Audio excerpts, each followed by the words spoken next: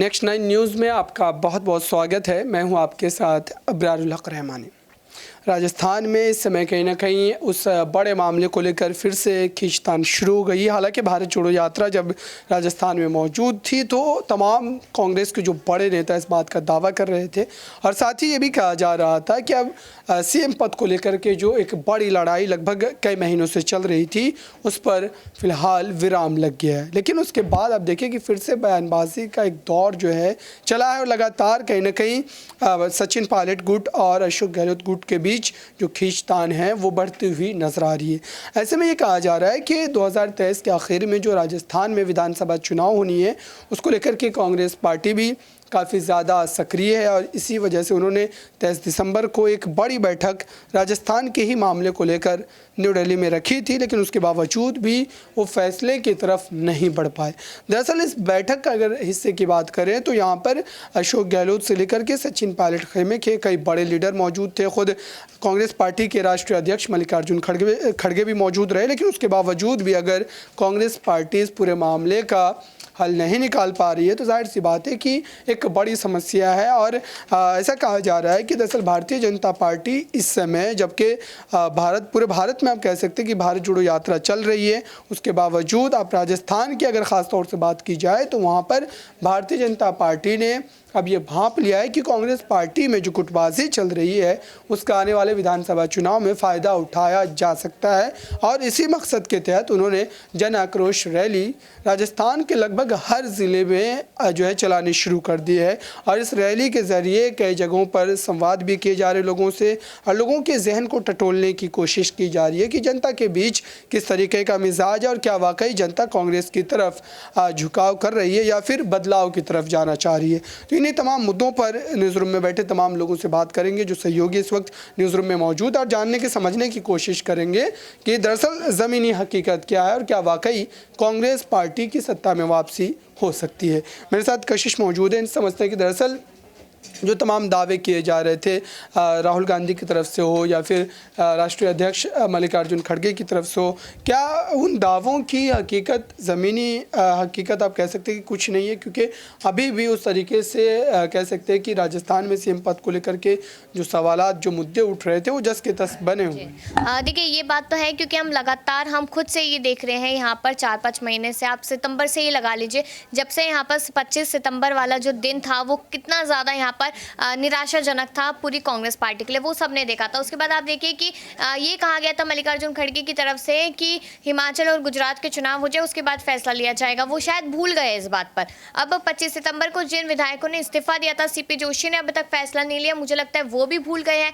केसी वेणुगोपाल को यहाँ भेजा गया, उनका भी कोई जवाब सामने नहीं आया। यहाँ पर रंधावा को बना दिया गया है अब प्रभारी, जो पहले अजय माकन संभाल रहे थे पद, और अजय माकन ने भी इसी सारी परेशानियों की वजह से, मामले की वजह से इस्तीफा दिया था और भी उनके अपने अलग कारण थे। रंधावा से बोला गया, सुखजिंदर सिंह रंधावा से, तो वो उन्होंने भी कहा कि यहाँ पर दोनों ही हमारे लिए एसेट्स है और साथ ही साथ दोनों डीएनए है हमारी पार्टी के, तो सिर्फ बातें ही बातें की जा रही है, यहाँ पर फैसला नहीं लिया जा रहा। एक तरफ सचिन पायलट ने कहा कि मुझे अभी मुख्यमंत्री नहीं बनना है, लेकिन हाँ 2023 में जिसके चेहरे पर चुनाव लड़े उसे ही बनाया जाए। उसके बाद उनके समर्थकों का गुस्सा भी देखने को मिलता है। तो यहाँ पर मुझे लगता है कि पूरे ही राजस्थान में कांग्रेस पार्टी कंफ्यूज बैठी है कि आखिरकार करना क्या चाहिए। क्योंकि आप देखिए कि गहलोत ने यहाँ पर पहले अपना गुस्सा भी दिखाया था, उसके बाद जब राहुल गांधी भारत जोड़ो यात्रा लेकर आए तो वही यहाँ पर गले लगते नजर आए सचिन पायलट के। तो आप ये देखिए कि यहाँ पर सभी लोग कंफ्यूज बैठे, उन्हें नहीं समझ में आ रहा है कि हमें किस पर फैसला लेना है, किसको यहाँ पर आगे करना है, किसे नहीं करना, ये सारी बातें यहाँ पर अभी दिखाई दे रही है। लेकिन मुझे लगता है कि अब वो समय धीरे धीरे करके बहुत नजदीक है, वरना बीजेपी कब से इनमारी कर देगी आपके गढ़ में, ये आपको पता भी नहीं चलेगा।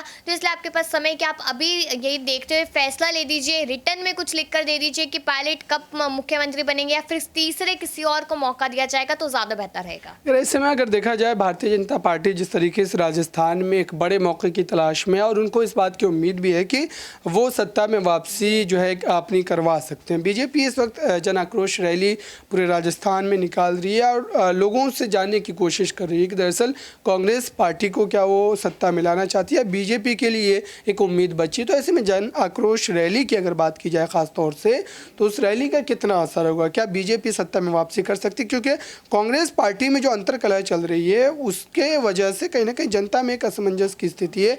जनता ये तय नहीं कर पा रही है कि वो कांग्रेस के साथ जाए या फिर वो भारतीय जनता पार्टी के साथ जाए। तो ऐसे में इसका कितना असर? देखिए वही तो बात घूम फिर के आ जाती है, क्योंकि जनता भी कहीं ना कहीं सफ़र कर रही है। आपको मैं बता दूं कि आज अशोक गहलोत भरतपुर पहुंचे थे और अपने 4 साल के समय में वो महज 2 बार 23 तारीख और 25 तारीख को भरतपुर गए हैं, जो यहाँ पर एक तरीके से पायलट का दूसरा गढ़ माना जाता है। वहाँ पर वो गए हैं और यहाँ पर उन्होंने काफ़ी सारी बातें की। उन्होंने कहा कि मैं यहाँ पर 3 बार मुख्यमंत्री चुनाव किया हूँ, ऐसे ही तो नहीं चुना गया, जनता ने मुझे पसंद किया।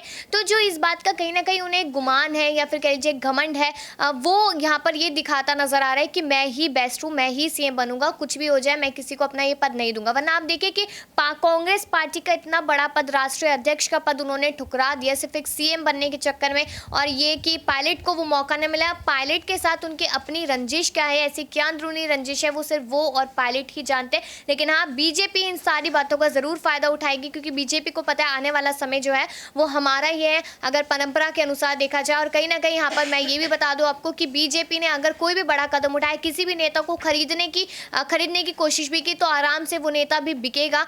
क्यों बिकेगा? क्योंकि वो भी कांग्रेस पार्टी के इन मामलों से नाराज हो चुका है, जो अंतर्गत लगातार यहाँ पर बढ़ती जा रही है और पूरे देश में फैल चुकी है वो कला। बिल्कुल, कहीं ना कहीं इन बातों में हकीकत है, क्योंकि भारतीय जनता पार्टी ऐसी मौकों की तलाश में रहती है और हो सकता है कि मिशन लोटस का इस्तेमाल कांग्रेस पार्टी में राजस्थान में किया जाए ताकि पार्टी को और ज़्यादा कमज़ोर किया जाए, क्योंकि विधानसभा चुनाव नज़दीक है। इसमें मेरे साथ कपिल मौजूद है, इनसे भी समझते हैं कि दरअसल इस वक्त राजस्थान के सियासी हालात को लेकर के आपकी राय क्या है और वाकई क्या कांग्रेस पार्टी इस मुद्दे को जो हल करने की कोशिश कर रही है उसमें एक बड़ी कमी क्या रह जा रही है? क्योंकि लगातार बैठकों का दौर चलता है, लेकिन उसके बावजूद भी सचिन पायलट और अशोक गहलोत के बीच जो सियासी खींचतान है वो थमने का नाम नहीं है। बिल्कुल, जहाँ तक कांग्रेस की बात है तो उनका शायद ये मानना है कि अशोक गहलोत को जो है वो सीएम बने रहना चाहिए और अगले टर्म में भी सीएम बनना चाहिए, लेकिन वो अनाउंसमेंट अभी नहीं कर सकती। अगर ऐसा करती है तो सचिन पायलट कहीं ना कहीं नाराज़ हो जाएंगे।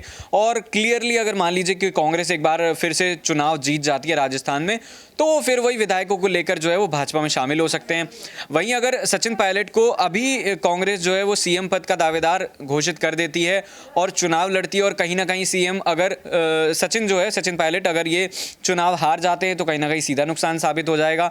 तो कांग्रेस का जो आला कमान है वो अभी समझ नहीं पा रहे हैं कि किया जाए तो क्या किया जाए, क्योंकि अभी उन्हें कुछ समझ भी नहीं आ रहा है। और जैसा कि कशिश ने भी बताया कि एक बार राजस्थान में एक बार भाजपा और एक बार कांग्रेस जो है लगातार जो है वो अपनी सरकार बनाते आते हैं, तो इस हिसाब से भाजपा को इस बार सरकार बनानी चाहिए। लेकिन कांग्रेस चाहेगी कि ये जो परंपरा है ये टूटे और एक बार फिर से राजस्थान में कांग्रेस की ही सरकार बने। तो देखने वाली ये बात होगी कि क्या डिसाइड कर पाता है कांग्रेस का आलाकमान और कितना जल्दी, क्योंकि अगले साल इलेक्शन है और अगले साल में तकरीबन 3 से 4 दिन 5 दिन का हफ्ते भर का समय बचा है, तो ये बहुत ज़रूरी हो जाता है फिलहाल कांग्रेस के लिए कि कुछ भी फैसला लेना पड़ेगा। एक आखिरी सवाल ये रहेगा, क्या इसके पीछे एक बड़ा फैक्टर ये है कि अशोक गहलोत पुराने अनुभवी नेता और जाहिर सी बात है कि पार्टी में एक मजबूत पकड़ है, विधायकों पर मजबूत पकड़ है और इसी वजह से कांग्रेस पार्टी कहीं ना कहीं हिचक रही है कि अगर फैसला लेने के बाद कांग्रेस में एक बड़ी टूट होती है तो वैसे भी सत्ता उनके हाथों से चली। बिल्कुल, अशोक गहलोत का मैंने एक बयान पढ़ा था जिसमें उन्होंने कहा था कि मैं जाति का नहीं जातियों का सीएम हूं। मतलब मैं किसी एक व्यक्तिगत विशेष जाति के समर्थन से नहीं बना हूं, मैं जातियों से बना हूं। अगर ऐसा ना होता तो मैं 15 साल जो है वो 3 बार मुख्यमंत्री ना बन पाता। तो उनकी बात में सब कुछ जो है वो नजर आ रहा है। तो यही देखने वाली बात है कि अशोक गहलोत को जादूगर इसलिए कहा जाता है क्योंकि वो अगर नाराजगी भी होती है तो वो मना लेते हैं और लगातार जो है वो सीएम बनते आ रहे हैं।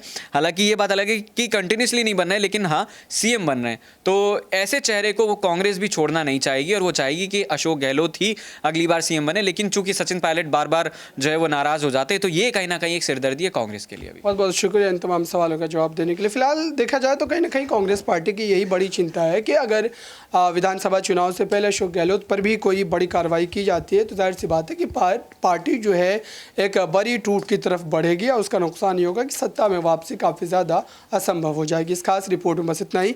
देखते रहिए ताज़ा तरीन खबरों के लिए नेक्स्ट 9 न्यूज़ को। धन्यवाद।